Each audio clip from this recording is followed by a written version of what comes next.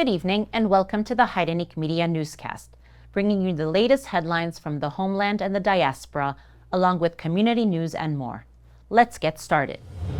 In a wave of early morning raids, Armenian law enforcement targeted members of the Armenian Revolutionary Federation, ARF, detaining youth activists and searching the homes of key party figures in what critics are calling a politically motivated assault on the opposition. The operation, carried out under the pretext of national security, notably included the seizure of a T-shirt bearing the ARF's historic slogan, "Death or Freedom," a move seen by many as symbolic of the government's growing intolerance toward dissent. The investigative committee reported the confiscation of a handgun and 2 electric detonators, though no evidence has been presented linking these to any concrete threat. Authorities also seized licensed firearms and the personal phone of opposition MP Aram I. Observers argue the timing of the crackdown, coinciding with Prime Minister Nikol Pashinyan's talks with Azerbaijani President Ilham Aliyev in Abu Dhabi, is no coincidence. Many view it as an attempt to silence nationalist voices and dismantle the ARF, the 135-year-old political force whose legacy of resistance, unwavering stance on Artsakh, and fierce opposition to the regime's appeasement of Turkey and Azerbaijan pose a direct threat to a traitorous regime. The confiscation of a T-shirt as evidence highlights what critics call the absurdity and desperation of a regime threatened more by historical slogans and political symbols than by actual security risks and real threat to public safety. Members of the ARF Youth Association in Armenia organized a protest outside the investigative committee, demanding an immediate end to what they described as illegal detentions targeting ARF members and called for the release of their detained comrades. Chaos erupted in Armenia's National Assembly during a heated session that turned violent after opposition MP Artur Sargsyan of the Armenia Alliance announced his resignation. Citing an imminent arrest, Sargsyan described Armenia as a bastion of dictatorship, stating that his detention had already been predetermined. He said he planned to spend his final hours of freedom with his family and visit a church before voluntarily appearing before the investigative committee. Tensions escalated when civil contract MP Vahe Ghalumian followed Sargsyan, triggering a shouting match and physical violence. Government-affiliated MPs joined by unidentified individuals who entered through a side door physically assaulted opposition deputies Artsakh Liberation and Yerevan Manukyan. The presence of security forces inside the chamber has raised concerns over the erosion of parliamentary independence. Deputy Minasyan later accused the ruling Civil Contract Party of harboring a group of murderers within the National Assembly. Sargsyan's remarks came just moments before a vote to strip him of parliamentary immunity, which passed with a 62-vote majority. He faces charges of plotting terrorism and attempting to seize power, allegedly in coordination with Archbishop Bagrat Galstanyan and others. Following the vote, Sargsyan was arrested and placed in 2 months of pre-trial detention. Armenia's National Assembly voted to strip immunity from opposition MPs Seyran Ohanyan and Artsakh Minasyan, paving the way for criminal charges many see as politically motivated. Activist Vahakan Shakhalyan has also been arrested, further fueling concerns over suppression of dissent. On the 37th anniversary of the Artsakh National Liberation Movement, demonstrators gathered in Yerevan's Freedom Square and launched a sit-in under heavy police presence and reported intimidation, demanding rights for displaced Artsakh Armenians after authorities blocked their planned march. Artsakh Mekhitarists of the Council of the Protection of the Rights of the People of Artsakh condemned the government's suppression of peaceful protest, vowing not to abandon the movement's 12 core demands and urging citizens to join the fight for justice. The Armenian government's campaign against prominent businessman Samvel Karapetyan has intensified, marked by coordinated raids on the Tashir Group's offices and the arrest of several employees. The escalation follows the signing of a controversial new law signed by the president, enabling the state to forcibly take over electric networks of Armenia owned by Karapetyan, sparking criticism over its politically charged timing. In response, Karapetyan has filed a defamation lawsuit against the Prime Minister's press secretary Nazeli Baghdasaryan and Deputy Chief of Staff Daron Chahoyan. Meanwhile, the government has also initiated legal proceedings to seize the Yerevan circus property linked to Karapetyan's family, fueling further concerns over the use of state power to target political adversaries through asset confiscation. Karapetyan's arrest, triggered by his public criticism of government interference in the Armenian Apostolic Church, sparked mass protests in Yerevan. Thousands rallied in support of the detained businessman, viewing his detention and the subsequent nationalization of his company as signs of political retaliation and a troubling erosion of democratic norms in Armenia. U.S. Congressman Brad Sherman, vice chair of the Congressional Caucus on Armenian Issues, expressed deep concern over the arrests of opposition figures, including Samvel Karapetyan and members of the Armenian clergy. Sherman underscored the importance of democracy and U.S.-Armenia relations, warning that such actions could erode bilateral ties. Human rights groups and diaspora communities echoed these concerns, fearing a broader crackdown on dissent. On July 5, Armenia marked the 30th anniversary of its constitution. Once seen as a pillar of democratic governance, but now the focus of growing controversy and concern. Critics warn that in recent years, core constitutional principles have been steadily undermined through legal violations, weakened parliamentary oversight, and growing threats to judicial independence, arguing that unchecked government overreach has severely eroded public trust and the rule of law. At a commemorative event, Prime Minister Nikol Pashinyan called for a new constitution aligned with his vision of a real Armenia, one that excludes Artsakh and seeks to revisit the country's modern history. He claimed all previous constitutional referenda were imposed and failed to reflect the people's true will. The Armenian Patriarch of Constantinople, Archbishop Sahak Mashalyan, explained that the absence of clergy at Armenian Prime Minister Nikol Pashinyan's recent Istanbul meeting was a conscious, silent protest against Pashinyan's offensive language toward Catholicos Karekin II and perceived political interference in the Armenian Apostolic Church. Mashalyan emphasized that the Patriarchate opposed mixing political disputes with church affairs and wanted to express clear disapproval of Pashinyan's stance while still supporting efforts to improve Turkey-Armenia relations. Catholicos Aram I of the Great House of Cilicia condemned what he called the destructive atmosphere within two of the Armenian nation's most vital institutions, Holy Echmiadzin and the National Assembly, calling it a disgrace. He urged calm, constructive dialogue to address internal divisions and express willingness to travel to Armenia and meet with the Catholicos of all Armenians, the Prime Minister, and other responsible officials to seek viable solutions. The Mekhitarists congregation of Venice expressed solidarity with the Armenian Church and Catholicos Karekin II. Their statement highlighted the Church's historic role and condemned recent attacks by government authorities seen as attempts to dismantle national identity. Christian Solidarity International denounced the Armenian government's actions against church leaders and opposition figures. The group called it authoritarian behavior, demanding their release and criticizing the EU and France for turning a blind eye while praising Pashinyan's administration. The World Council of Churches voiced grave concern over law enforcement actions involving the Armenian Apostolic Church.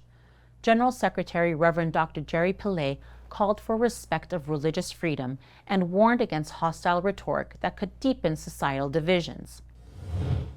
Siranush Sahakyan, attorney for Armenian POWs at the European Court of Human Rights, criticized the Baku court's handling of former Artsakh State Minister Ruben Vardanyan's case, citing serious fair trial violations, including ignored defense motions, falsified records, and denial of access to case materials.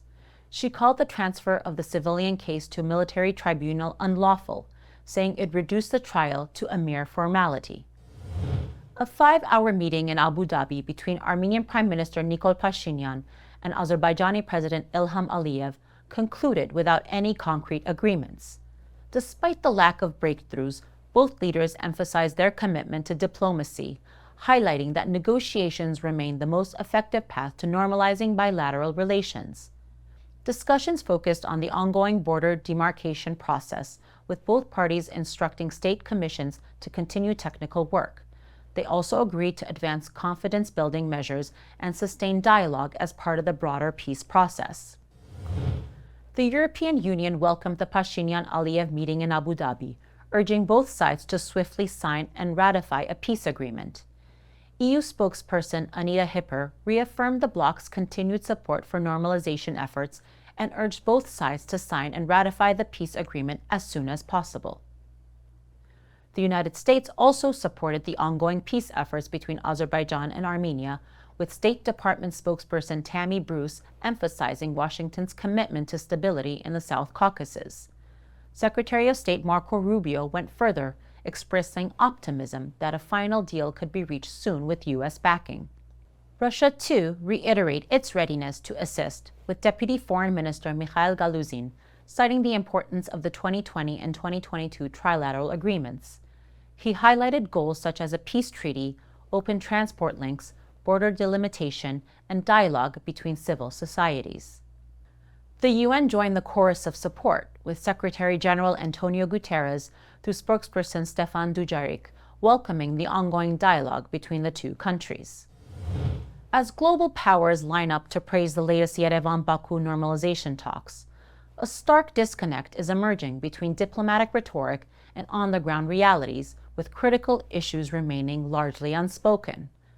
In Armenia, Prime Minister Nikol Pashinyan has deepened his policy of appeasement toward the Azerbaijani and Turkish regimes, moving aggressively against domestic dissent, arresting activists, philanthropists, clergy, and opposition figures, while targeting one of the last remaining national symbols, the Armenian Apostolic Church, in a broader effort to redefine national identity and stifle resistance. Meanwhile, in Azerbaijan, the destruction and appropriation of Armenian cultural heritage continues unchecked, and dozens of Armenian prisoners remain unlawfully detained in Baku, with little international response. This selective silence by the international community, praising diplomatic engagement while ignoring deepening repression, cultural destruction, and humanitarian neglect, underscores a peace process that advances at the expense of human rights, historical truth, and national dignity. At the UN Human Rights Council session in Geneva on July 3, Christian Solidarity International's representatives Abby McDougall delivered a strong statement condemning Azerbaijan's continued violations of International Court of Justice orders. She urged the Council to appoint a special rapporteur for Artsakh to ensure accountability and the protection of displaced Armenians. It has been nearly 22 months since Azerbaijan expelled 120,000 ethnic Armenians from their homeland in Nagorno-Karabakh during September 2023. It has been 20 months since the International Court of Justice ordered the Republic of Azerbaijan, in accordance with its obligations under the International Convention on the Elimination of All Forms of Racial Discrimination, to ensure that persons who have left Nagorno-Karabakh after 19 September 2023 and who wish to return to Nagorno-Karabakh are able to do so in a safe, unimpeded, and expeditious manner. The court also ordered Azerbaijan to protect and preserve registration, identity, and private property documents and records of the Armenians who fled Nagorno-Karabakh. Not only has the government of Azerbaijan failed to uphold this order, it is actively destroying Armenian-owned homes, property, and entire villages, making it impossible, in many cases, for this order to be carried out. Given this flagrant disregard for international law and the Convention on the Elimination of Racial Discrimination, Christian Solidarity International once again urges the Human Rights Council to appoint a special rapporteur for Nagorno-Karabakh and to take all necessary steps to ensure that the ethnic Armenians of Nagorno-Karabakh can return home. Madam Special Rapporteur, what further mechanisms can be applied to ensure the right of return of ethnic Armenians to Nagorno-Karabakh is upheld? Tensions are flaring between Azerbaijan and Iran after Iran's ambassador to Armenia, Mehdi Sobhani, rejected what he called fabricated terms in the Economic Cooperation Organization Summit communiqué, which suggested territorial claims against Armenia. Azerbaijan's foreign ministry sharply rejected Sobhani's remarks. Spokesperson Ayhan Hajizadeh called them false, politically motivated, and echoing Armenian narratives. He insisted the communiqué was a chair's summary, requiring no unanimous approval, and reflected past agreements, including Iran's support for Azerbaijani returnees under Organization of Islamic Cooperation resolutions. Hajizadeh accused Sobhani of political manipulation and questioned whether his comments align with Iran's stated desire to improve ties with Baku. Iranian President Masoud Pezeshkian's visit to occupied Stepanakert has sparked outrage in Iran, with critics calling it a betrayal of national dignity. A viral image showing him embracing Azerbaijani President Aliyev, Israel's ally, alongside fresh graves of Iranian soldiers killed in recent Israeli attacks, has intensified calls for his impeachment. New footage shows Azerbaijani authorities have razed another historic neighborhood in Stepanakert, demolishing 6 Soviet-era residential buildings and over 25 public structures. The destruction, aimed at creating a so-called victory park, has now affected at least 14 hectares of property, including areas near Artsakh State University and Freedom Square. Azerbaijani officials, led by the president's special representative Hussein Guliyev, are planning to restore Tsitsernavank, referred to by Azerbaijanis as Aghoglan Monastery. In reality, this effort aims to erase its Armenian heritage by removing historical inscriptions and disconnecting the site from its Armenian roots.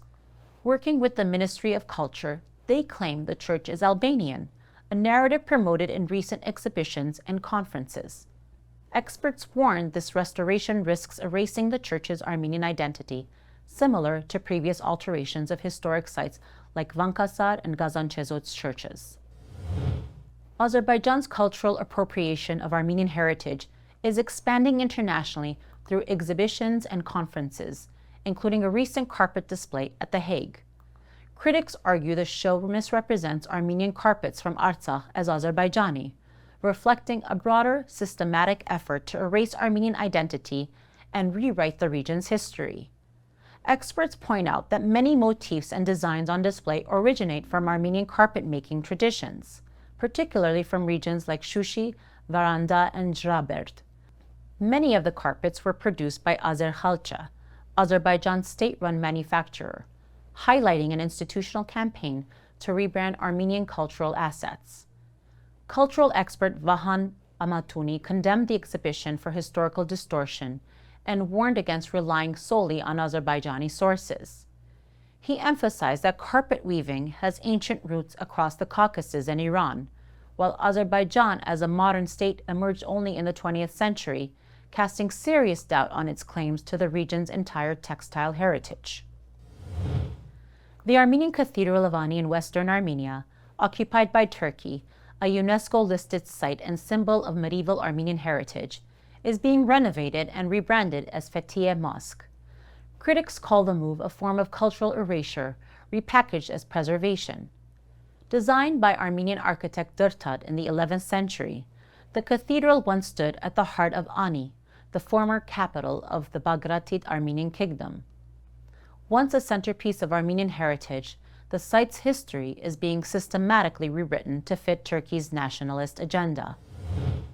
2 Armenian sites, the Urartian heritage of Yerevan and the Garni complex, with its symphony of stones, have been added to UNESCO's tentative World Heritage List. This marks a significant step toward international recognition and protection of Armenia's cultural heritage. Turkey's İyi Party has proposed renaming the Alikan border between Turkey and Armenia after Talaat Pasha, architect of the Armenian Genocide. This move has been condemned as historical revisionism, while Armenia's government has yet to formally respond.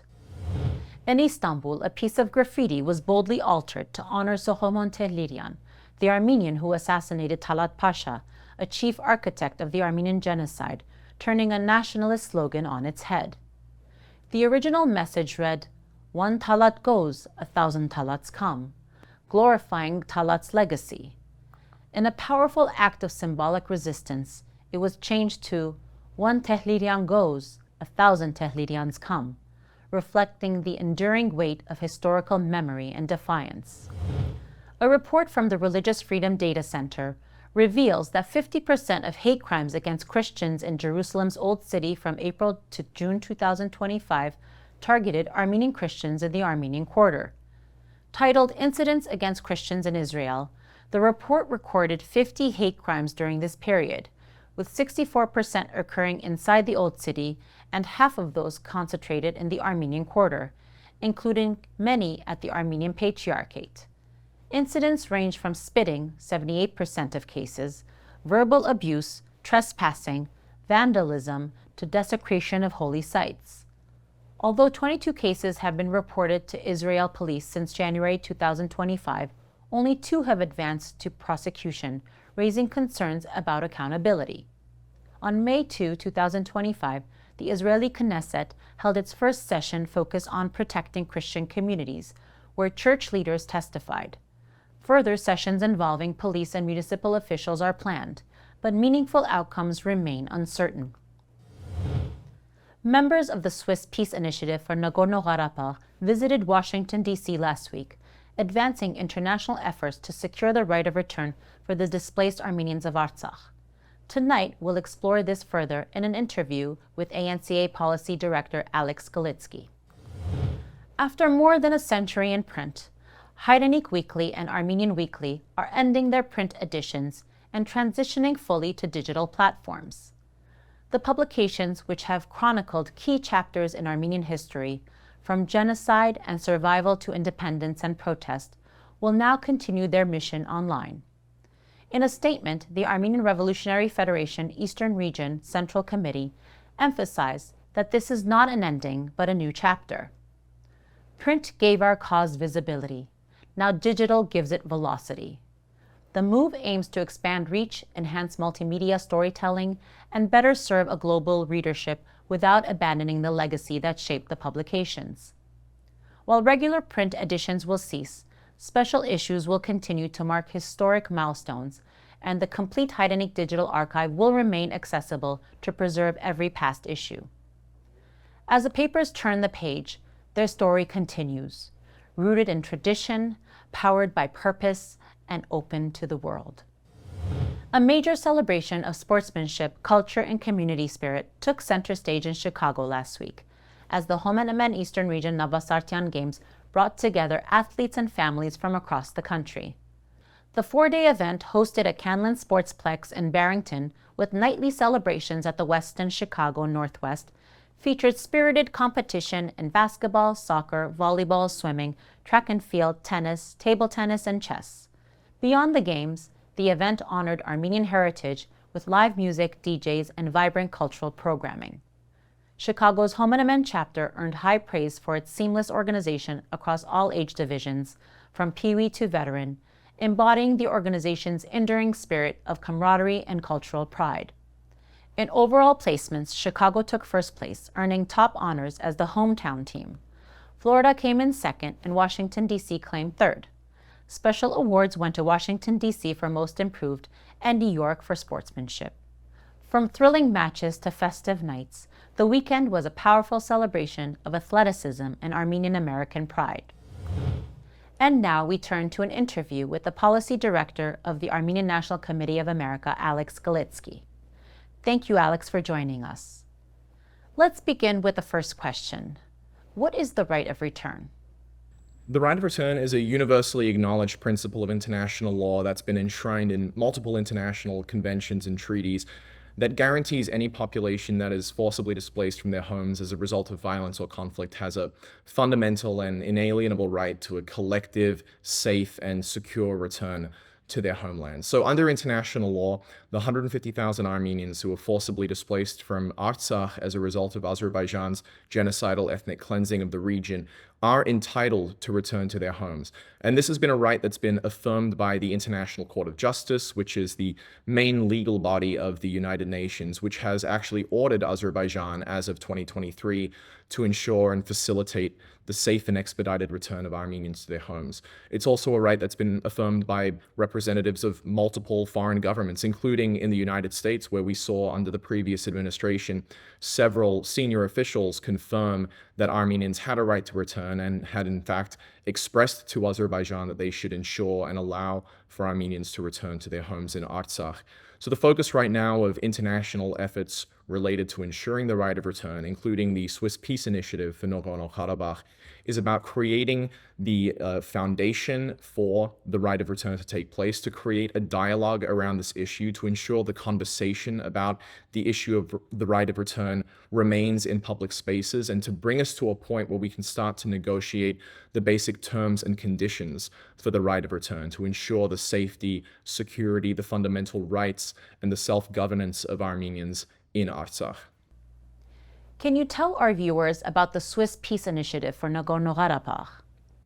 The Swiss Peace Initiative for Nagorno-Karabakh was established earlier this year after the chambers of the Swiss Parliament adopted a resolution that essentially mandated the federal government of Switzerland to initiate efforts at the international level to support the right of return for Artsakh's Armenians. This effort is very important for a number of reasons. First, it's the first tangible effort at the world stage engaging multilateral institutions like the Organization for Security and Cooperation in Europe to discuss and open the door for a conversation about the right of return for Artsakh's Armenians.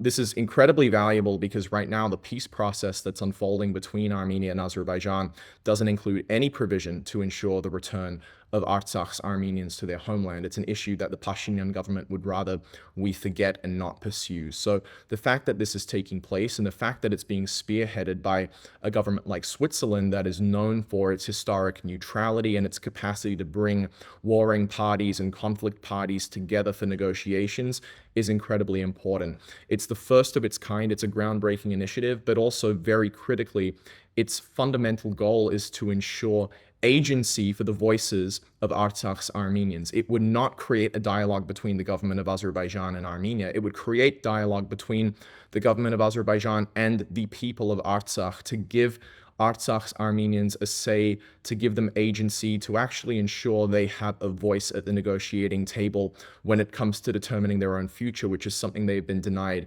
for such a long time and continue to be denied during this current peace process playing out between Armenia and Azerbaijan. So the Swiss Peace Initiative represents a very crucial tool, a crucial mechanism for us to really start raising the right of return on the world stage, but to also empower Artsakh's Armenians to be able to pursue this right and for us to be able to have these conversations in a dialogue to ensure the fundamental rights of Artsakh's Armenians are upheld.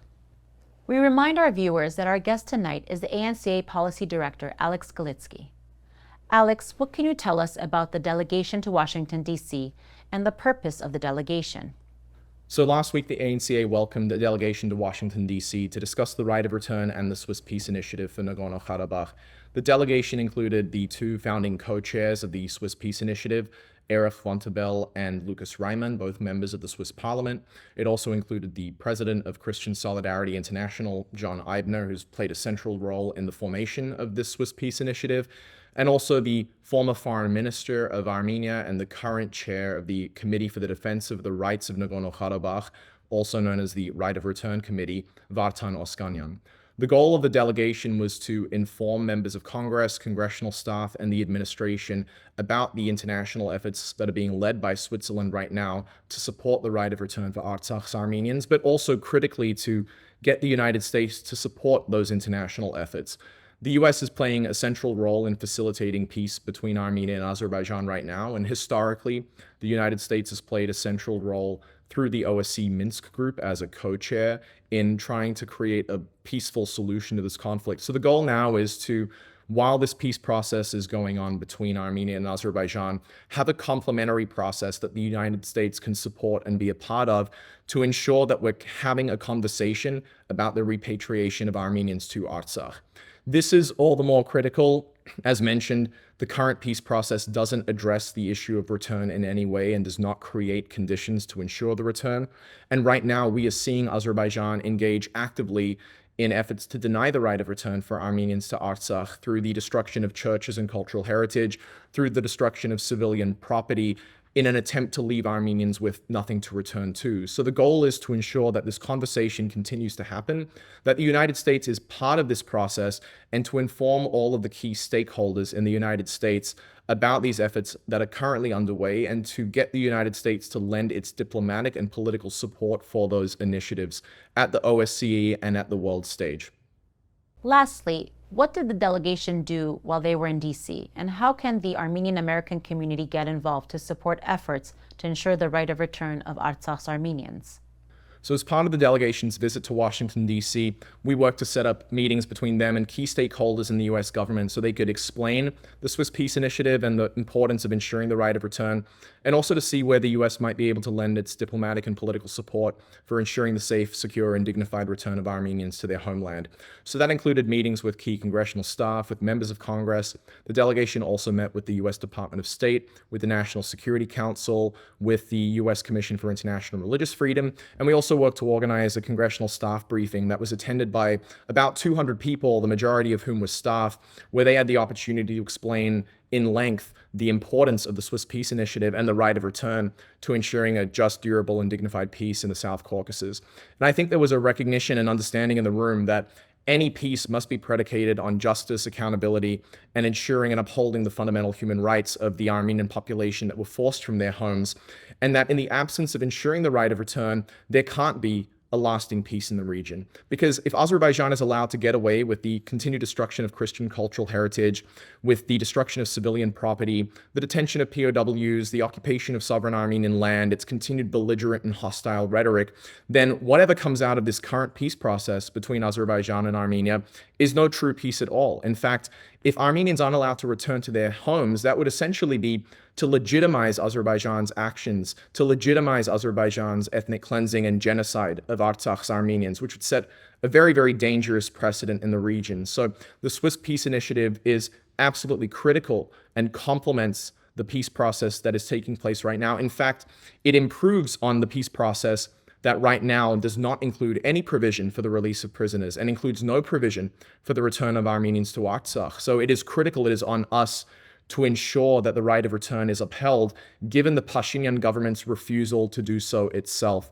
So this delegation also coincided with the circulation of a congressional letter by the co-chairs of the Armenian Caucus that would call on the U.S. government to formally support international diplomatic efforts to ensure the safe and secure return of Armenians to their homes.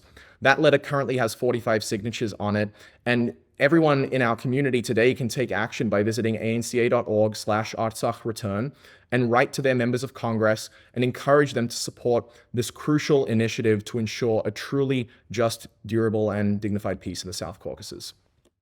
ANCA Policy Director Alex Galitsky, thank you. That's all for tonight's broadcast. Thank you for joining, and don't forget to follow us on YouTube, Facebook, Instagram, and X. Good night.